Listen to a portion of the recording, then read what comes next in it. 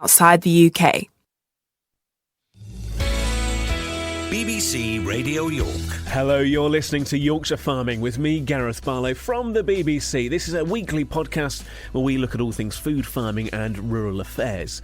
And if you're listening and downloading this podcast from outside the UK, and you're wondering, well, where are you? Whereabouts are you in the world? If you look at the map and you see the UK, we're about halfway up on the right-hand side, just above the Humber Estuary. And it's a landscape full of moors, valleys, hills, dales, flatland, arable land, and a lot more beside that. It is 2017, Happy New Year of course, but we are going to have a little bit of a look back through the autumn and winter of 2016. We went to some remarkable places, saw some incredible things, and even had some world firsts on this very programme itself. So there's only one thing for me left to do, stop talking and tell you it's time to start the podcast. Yorkshire Farming. Gareth Barlow. BBC Radio York. They're described as the jewel of York. They're small, iridescent green, and you'll only find them along 40 kilometres of the River Ouse around York and Selby. I'm sure you know what I'm referring to, but if you don't, they're tansy beetles. They're incredibly rare indeed. But they do have some very good friends of Rawcliffe Meadows, who earlier in the year were working along the banks of the River Ouse, managing the tansy plants upon which the beetles live and get their name. I went along to join them and lend a hand. We're taking each area in turn and managing the plants and giving the plants the best chance to survive. Yeah, there's there's about 4 or 5 of them. We've just stumbled across some self-sown tansy, I assume. Yeah. And And these look remarkably different to the ones in there. Is these just younger plants then? just new, fresh plants, yeah. So still tansy. Smell it? Oh, it's got a... How do we describe it? There's a... Pungent. It used to be a strewing herb. In medieval times, they'd dry it and throw it on the floor and it'd keep the bugs down. Oh, did it? It is quite poisonous. It's pungent, but it doesn't smell completely unpleasant. One of the chemicals is similar one to that of wormwood. It's found in wormwood, the plant wormwood, which is used to make absinthe. And drinking that would probably have the same effect that absinthe has on you. But you say the management, even in the few short years that this site's been established, has changed. You're having to do different things this year than you would have done 2, 3, 4 years ago. Yeah, it's constant. We're constantly learning. Population pressures. In what respect? If you get too many too many beetles, the rate of predation increases. So the ones that choose a different path, a different approach, evolve and they survive. So, the way that the work changes. And we've got to reference the weather. What impact does that have? This rain. They don't like it. They get knocked off the plants, but they'll still be there. They'll be sheltering somewhere. It's just you can't see them very easily. Yes, it must have. If we get a flood, we could be in serious trouble. We'll talk about rain and shelter. We're going to find somewhere to hide. So what else is to do this year? You've obviously got the cattle to bear in mind, as you said, as fodder gets less, they get a bit more tempted by the tansy plants. You've obviously been trimming away today as well. Yeah. What other management have you got to do? What for the tansy plants? Nothing. They'll all get cut down in the winter. And the tansy beetles themselves? The tansy beetles will go underground mid-late September. Perhaps a few might stay up till midwinter. We have seen beetles about in December, but they largely burrow underground. We don't know what they do underground, but they'll hibernate, hopefully to avoid any flooding that occurs during the winter time, and then pop out again in early March, mid-March, April time, to start procreating. Managing the tansy plants alongside the banks of the River Ouse with the friends of Rawcliffe Meadows. And staying along with that theme of environmentalism and working with the landscape and nature, I also headed along to the Yorkshire Arboretum up near Castle Howard. And it was home to a first for the UK, if not possibly the world, because the 120-acre collection of 6,000 trees from around the planet have all had their positions digitally mapped onto an online website, allowing researchers to access the trees from wherever they are. So I went to go and try the map with Arboretum Director John Grimshaw. We're walking through the Arboretum on a stunning day. The sun is beating down, it's warm, there's a cricket to the right hand side of me as well, just chirping in the longer grass beneath some trees. And just describe where we're walking through at the moment. We're walking down through a glade from the visitor centre towards the lake. So there's some Japanese katsura trees around us, some maples, some hornbeams, and a wide view across the arboretum to the far bank with lots of trees over there. The birds are chirping and the wind is just rippling the lake to the side of us. And we can see the lake on the map here. And then dotted amongst the map are all the blue little icons and the various paths. And what are we looking at then on this new interactive map? This is a map of the oak trees in this area. So every oak tree, Quercus, is highlighted here by a little symbol. And you can click on that and get all the information about where it is and where it came from, if it's a collection tree and so on. So this is showing just exactly where the oak trees are. Well, we've chosen one by random. And if we just zoom in, we've got accession number 20125389, genus Quercus, and then area 33A. And it's somewhere around here, so we'll... Yes, it's just back there. So we'll just look for the silver tag. 2012-5389. 2012-5389. Correct. This is our very tree. This is our very tree, this is the one. And what tree are we looking at? This is a common oak, Quercus roba, ordinary English oak, probably about 2.5 feet in diameter and 50-60 feet in height. It's a good middle-aged happy oak. How unique is this offering for an arboretum to put its entire collection searchable, findable on a map and then bring your phone or whatever device and come and find them here on the ground? Well, we believe it's absolutely unique in this country, first in the UK, and a fantastic resource for everybody interested in trees across the world. We're dealing very much with stuff that's been around for thousands of years, plants, trees, nature, the natural environment. But we're now adding in this new modern element, digital technology, smartphones, touchscreens. Is that increasingly the direction for arboretums like this? Are you increasingly taking in and embracing technology and everything that it can empower you to do? Yes, as far as we can. I mean, there's no substitute for coming and looking at the tree. But it may be that some researcher in, China or Australia or somewhere would like to know what we've got, can look at this map and find out exactly what there is and request material or what have you. So it just means we can spread our wings and take our information out to a much wider audience than we can if they just come here. Around the Yorkshire Arboretum with John Grimshaw, director of it. If you head down to Sherburn in Elmet, you've got one of the UK's venison processing units. It belongs to Home Farmed Venison, and they get through 30,000 venison a year. And venison has boomed in popularity because it's nice, lean, healthy meat. We had some on Christmas Day. But despite the huge demand for popularity, we can't supply enough. The UK imports a third of the venison we consume. And if that figure can... This is the BBC.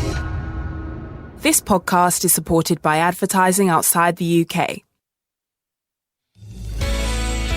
BBC Radio York. Hello, you're listening to the Yorkshire Farming Podcast with me, Gareth Barlow, from the BBC. On this week's episode of the podcast, we'll be finding out about keeping calves warm in winter. They've got some very smart jackets indeed. And also the research at the forefront of food production, taking place right here in North Yorkshire. And I also went on the hunt to go and find some deer. We didn't hunt any, but we did find some. All of that to come in the podcast. And if you ever want to find about the entire programme, head to our website, bbc.co.uk/Radio York. If you want to find out more about me, head to Twitter. You'll find me, Gareth Barlow. So come on then, there's only one thing left to do. Let's start the podcast. Yorkshire Farming. Gareth Barlow. BBC Radio York. Where do you go and buy your salad? Supermarkets, local greengrocers? What about your nearest park? Well, a bit earlier in the year, I went out to go and find out how much urban areas can burst with edible plants and fungi. You need to know what you're looking for, but if you do, then you're onto a good thing. I joined Lisa Cutcliffe in a Yorkshire park to rustle up a truly wild breakfast. I'm just cutting the first few leaves off the top. So I've cut maybe, 6 leaves? And that's what you pick, because as nettles get older, they develop a toxin in them which is not so good for your kidneys. So they do say that you shouldn't eat nettles for soups and, in fact, any form once they start to flower. But I just err on the side of caution and only take the very tops anyway, because they're more tender, the stems get more fibrous, and you can...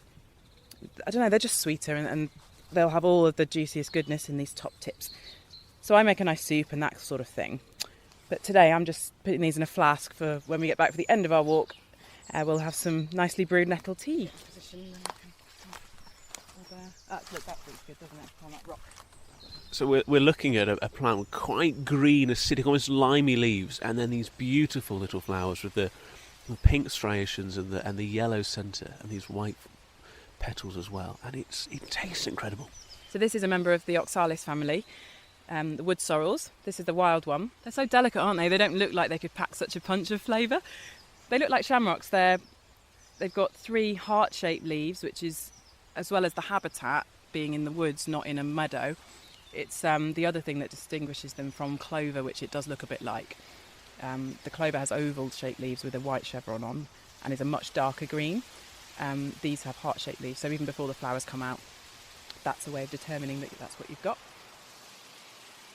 We've returned to near the cars, and you're just getting out the baskets. There's a stove, there's plates, there's cups, there's the tea we made earlier. The nettle tea has been infusing whilst we've been walking. And what are we going to quickly cook up? Well, basically, I've just got some St George's mushrooms from somewhere else, and I've cooked them up with a bit of onion and garlic. And we're just going to add in some bits that we found this morning.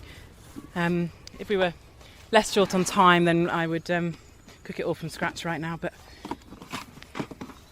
I'm just getting the little stove out.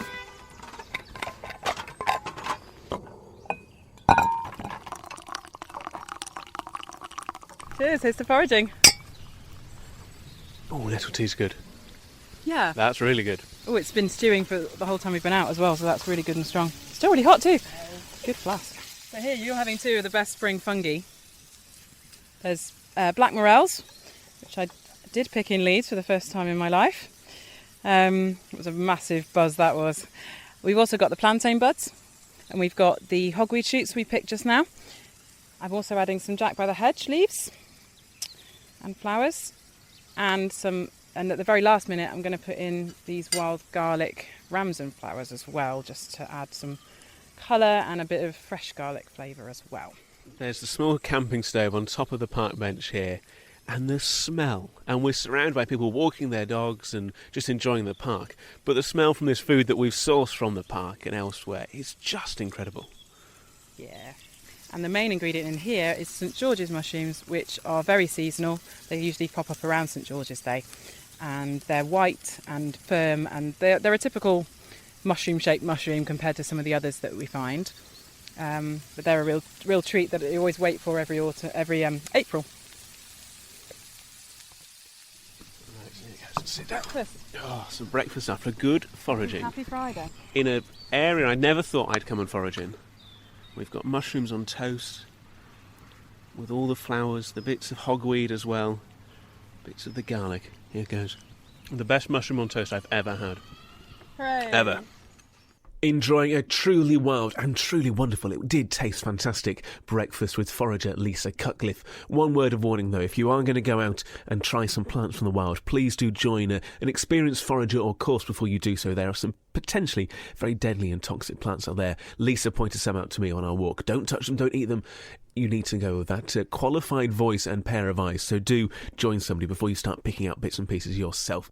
With no natural predators apart from man, landowners employ gamekeepers or professional deer stalkers to manage numbers and moderate the impact of grazing on agricultural land or forestry plantations. And as we've reported on this programme before, the demand for venison meat is huge now. People like myself, and I'm sure many people listening to this programme, it is huge, and farmers are being encouraged to actually farm more and more deer to try and produce more domestically.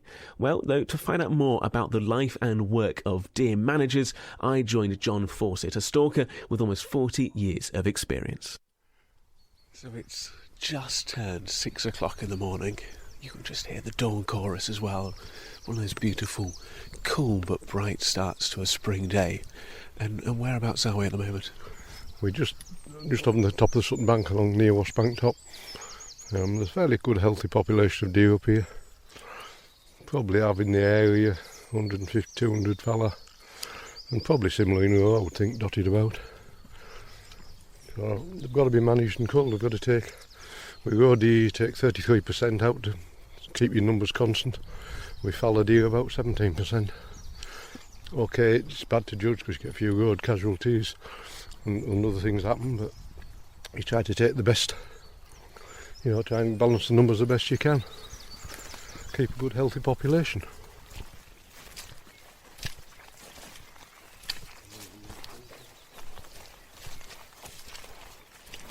You can just see there's a fallow deer. It's a bit like a sheep, rounded, where the little roe deer's footprints very pointed. It's just like a, rounded toes, quite a big, about sheep size sort of print. It's a good sign of fallow deer about. I mean, when you're looking for signs of deer, you don't actually look for deer, you look for slots, which are the prints, fraying, which is where they've been rubbing trees. It's a sure sign you've got deer about. I don't think there's a county in this country now without deer. 1, 2, 3, 4, 5, 6 fallow, 7 fallow. There's plenty just round the corner of this copse of trees, and they're just about to nip back. They saw us long before. I've never seen so many deer in my life. There's at least 6, 7 gone in the wood, and there's 1, 2, 3, 4, 5, 7, 8 out of the wood, so there's 12, 14 deer there in one group. So what will you do at this point? There's nothing there out of season, there's no harm in them. Look, most of them are youngsters looking at them. Yeah, nearly all does and last year's youngsters with them. I think the mature ones jump back into the wood, they're a bit more wiser when they saw us. And they just stood looking at us, they don't quite know what we are. We're trying a little bit closer and have a better look at them.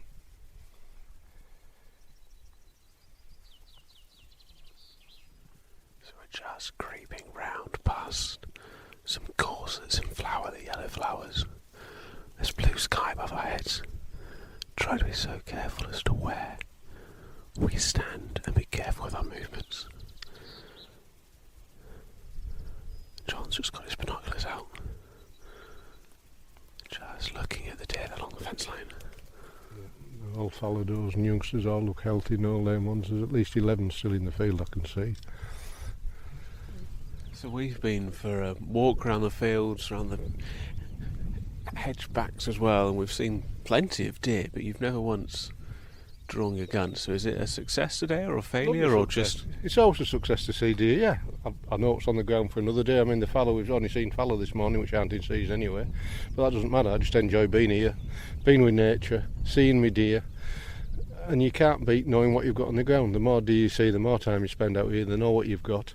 Then you can make your cull plans, know what needs to be taken off, look at your deer's cross-section old to young, and vice versa. You've got to, it's just not about going out and shooting deer. Some people do, but to manage them properly, you've got to try and find out what you've got on your ground, spend a lot of time out there watching. A lot of nights I'll just come out with binoculars and don't bother with a rifle. It's just part of the game. I just enjoy watching deer and being with nature. On the lookout for deer along Sutton Bank with deer stalker John Fawcett. If you are looking after young stock this winter, then actually the cold weather might not be your favourite thing. And putting a jacket on an animal is a concept the equine industry has embraced for years now. But dairy and beef farmers are now doing likewise. And in this instance, using calf coats. And they're waterproof, they're fleece-lined, and they keep the young calves warmer during the first few weeks of life. This means that farmers keep them outdoors for longer, preventing respiratory illnesses, but also keeping warm and toasty at the same time. Now, despite looking rather sweet, there is, though, a serious side to the coats, because it means that the female calves gain weight quicker, they can enter the dairy herd sooner, and ultimately earn dairy farmers more money more promptly. Now, to find out how the concept works, I visited Paul Tompkins on his farm near Pocklington. Calves, unlike most mammals, are born with no immune system. They get no immunity from their mother's placenta. So they have very weak immune systems when they're first born, and therefore introducing them to one of these hutches or igloos means that we can keep her in a clean environment that can be sterilised between each calf use. So the reason wasn't operational in many respects, it was very much cow comfort, cow welfare, and putting the best you can into them now so that when they are introduced to the herd and are milking cows, they're at their very, very best. Absolutely, we want this guy in front of us to be with us for many years, and we also want her to join the milking herd as soon as possible. The only way we're going to do that is by giving her the best start in life, and we firmly believe that means moving them into one of these hutches for the first couple of weeks of her life. The calf's in an outdoor environment, but got the protection from the weather for the hutch. There is one downside, of course, and that is that the outdoor temperature can fall, and that's where the calf coats come in handy. And we've just petted up the next one, and it's already intrigued as to what the new straw is, and the little cow is just quietly nosing through it. But you mentioned that keeping them outside, of course, you've got the air temperature, it's colder than inside a building, and this is where the coats come in. And a coat on the cow, it's not what you'd readily think. No, you're right. It's something that we've had to get our heads around as well, because for so long we've always never really contemplated it being important for the cow or for the calf. But of course, like all newborn animals, they are vulnerable to many things. One of which is, of course, the dropping air temperature. So we decided to give these coats a go, and they're really not dissimilar to what you'd see on a horse would wear in the out in the fields. They attach around the calf's neck and underneath its belly, also around its back legs, which keep it. She's just gone off outside now. Which keep it in place. So really, her entire body is covered by the coat, and of course they're also waterproof as well, in case the calf finds herself in the rain. And so you've got these coats, you've got the larger green ones here, you've got this very sweet little premature calf here. And these calf coats or jackets are enabling you to see calves survive, which perhaps wouldn't have done before. You're reducing potentially illnesses like pneumonia and others anyway. And I suppose for a dairy farmer, especially now when prices are volatile, you don't know what the milk check's going to be next month. If you can get more feet in more hooves into the dairy parlour each morning in a couple of years' time, that will only have positive ramifications for you for something that only costs £10, £15, £20. Absolutely. The only way that we're going to continue to make money in the dairy industry is by being streamlined and efficient. This is one of the ways that we're going to achieve that, by making sure that our calf mortality rates are very low, and our calf health is very high. Are we going to get the right cows to the parlour in the right time? So, and the coats have been a way for us to achieve that. Some very smart calves indeed in their little waterproof and fleece-lined coats. It certainly made a difference. Paul spoke of them very, very highly indeed. And they did, they look natty. They look natty. I don't know if you've ever been to to a summer show, and you'll see lots of people who've got their stock ready to be judged by the judges, and they're going to go into the ring to kind of perform a parade in front of everybody. And up until that moment, quite a few people often will have jackets or coats over the back of their sheep, and you do stand there sometimes and look. And I remember two in particular, they were wearing these kind of tartan outfits, these two sheep, and I was stood there thinking, this is a bad job, isn't it, when the sheep is better dressed than I am. Things have gone, my life choices have gone horribly wrong when you're being outclassed by a sheep Anyway, the calf coats, on a more serious note, were doing a wonderful job indeed. Just a touch of housekeeping, as next Sunday is Christmas Day. There'll be no normal version of the podcast. We will still be about, but not quite as you normally know it. Things will resume as normal on New Year's Day. So do enjoy your festive break, whatever you do. If you're enjoying some food, then of course do that, the farming and the countryside too. I wish you, if you're celebrating it, a very Merry Christmas, and we'll be back again properly in 2017. Happy New Year. This is the BBC. This podcast is supported by advertising outside the UK.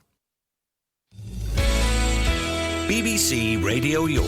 Hello, you're listening to the Yorkshire Farming Podcast with me, Gareth Barlow. Each week we talk all things food, farming and rural affairs from the north of England and beyond. On this week's episode of the podcast...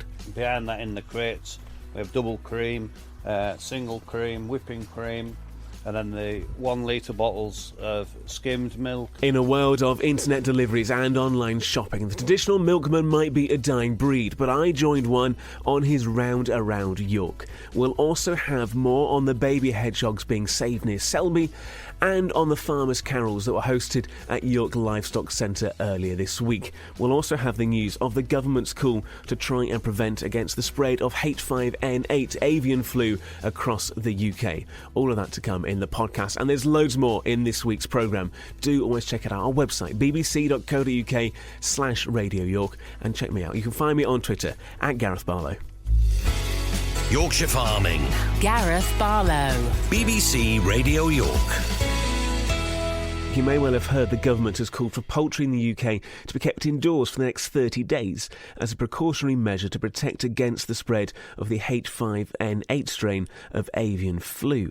The virus has been found in 14 European countries, including France, and there are fears it could spread to the UK's, but it poses a very low risk to humans. Moira Burnett is from the British Poultry Council. They represent the poultry meat industry. Charlotte Smith asked her about the impact this is having on the industry and the birds themselves. For us, in terms of poultry meat, it's business as usual. These birds that generally go outside come in at night as well, so they're used to being brought indoors at night. The difference in this case is that they wouldn't have been let out. But it's only for a short period of time, especially for turkeys, as they will be going to the Christmas market very shortly. So we think about 50 to 60% have already been killed for Christmas. I'm assuming the housing order hasn't been extended to Northern Ireland simply because it's further away from the threat. I understand that DERA, the ministry there, is considering a housing order, so they are looking at the risk assessment. It's slightly different because I understand their migratory pattern is different to the east side of England, so their migratory birds would be coming from a different angle, so they are assessing the risk. I'm sure they will introduce a similar measure if they feel the risk has been heightened. So for birds affected in Scotland, Wales and England, how is their free-range status affected? Because they're no longer free-range, are they? The term free-range means for poultry meat access to the outdoors for 50% of their lives. So for many of these turkeys, they've been outside for more than that time already, and they are about to go to kill. So there's only about another 10 days before all the Christmas turkeys will have been slaughtered. So they're already meeting their free-range status. It does, though, feel against the spirit of what free-range is all about. Will farmers be doing other things within the sheds to try and make life a bit more interesting? Of course they will, because the health and welfare of the birds is paramount to the farmers. So they will be provided with additional enrichment. The farmers will go in a little bit more often to make sure that there are no welfare issues, and if they do have any concerns, then we'd ask them to call their vet. And by enrichment, what do you mean? Things like bales of hay, plastic bottles, string, anything that will keep them entertained. What happens if this housing order is extended for another 30 days or another 30 days? In terms of the festive season, that's coming to an end in the next 2 weeks.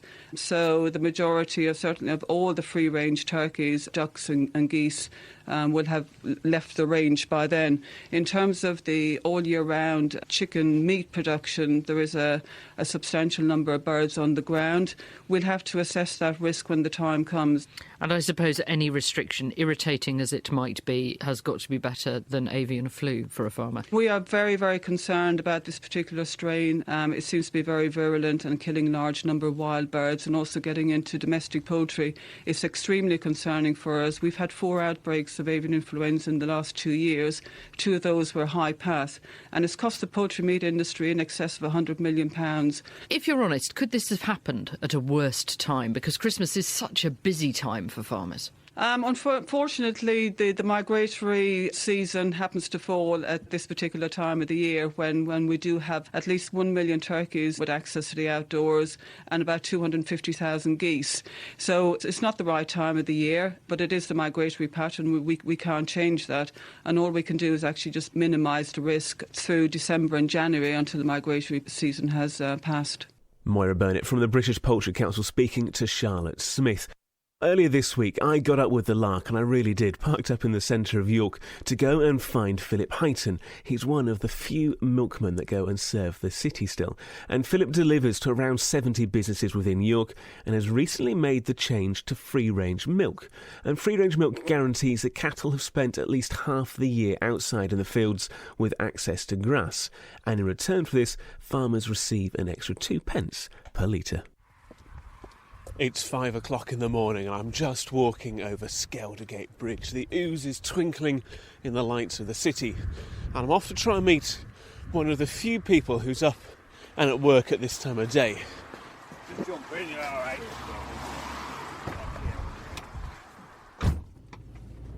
My name's Philip Hyton, independent dairyman supplying free-range milk and eggs to the catering industry in York. This morning, just going around York city centre and doing several drops of milk to cafes and pubs